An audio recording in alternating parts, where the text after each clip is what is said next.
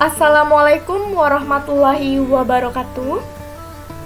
Halo Ananda semua, kita kembali lagi dalam mata pelajaran sosiologi bersama Ibu Elsa Ardiana. Baiklah, pada pertemuan kali ini kita masuk pada materi kelompok sosial dalam masyarakat bagian kedua. Adapun poin yang akan kita pelajari pada kali ini adalah tentang jenis-jenis kelompok sosial. Sebelumnya, kita telah mempelajari apa itu kelompok sosial, ciri-ciri kelompok sosial, dan faktor pembentuk kelompok sosial. Maka dari itu, kita masuk ke materi jenis-jenis kelompok sosial. Kita langsung saja yang pertama. Menurut cara terbentuknya, ada kelompok semu.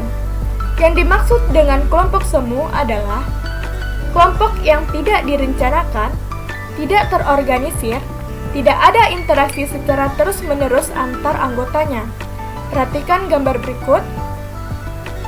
Kerumunan pada saat antrian merupakan salah satu contoh dari kelompok semu. Karena pada saat antrian terciptanya kerumunan yang tidak direncanakan dan tidak terorganisir, serta anggotanya tidak saling mengenal, karena itu tidak bisa melakukan interaksi secara terus-menerus. Yang kedua, itu adalah kelompok nyata.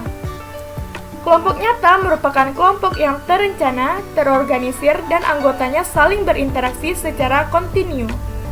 Contohnya akan kita pelajari pada materi berikut. Yang pertama, menurut Emil Durkheim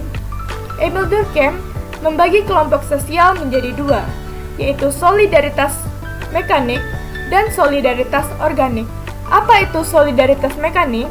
Merupakan ciri masyarakat yang sederhana dan belum mengenal pembagian kerja. Sedangkan solidaritas organik merupakan bentuk solidaritas yang telah mengenal pembagian kerja, bersifat mengikat dan saling bergantung. Contoh dari solidaritas mekanik adalah suku Baduy. Kenapa suku Baduy? Karena suku Baduy dalam kehidupan sehari-hari memenuhi kebutuhannya, mereka bekerja sekelompok saja tanpa ada campur tangan dari kelompok lain. Sedangkan solidaritas organik contohnya adalah petani. Karena petani dalam menggarap sawah atau menggarap ladang, mereka tuh saling telah mengenal pembagian kerja dan saling ketergantungan antara yang satu dengan yang lainnya. Selanjutnya, menurut Ferdinand Tönnies, ada kelompok paguyuban dan ada kelompok patembayan. Apa itu kelompok paguyuban? Merupakan bentuk kehidupan bersama di mana anggotanya memiliki hubungan batin yang kuat, bersifat alamiah dan kekal. Sedangkan patembayan merupakan kehidupan publik sebagai sekumpulan orang yang secara kebetulan hadir bersama, tetapi setiap orang masih mandiri.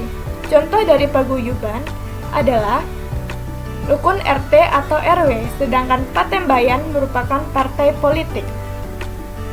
Selanjutnya, menurut Charles H. Coley, ada kelompok primer dan ada kelompok sekunder.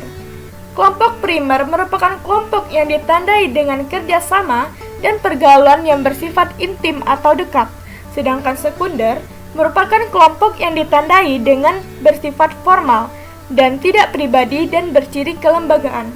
Contoh dari kelompok primer adalah keluarga, sedangkan sekunder adalah koperasi. Menurut William J. Sumner, itu ada kelompok in-group dan ada out-group.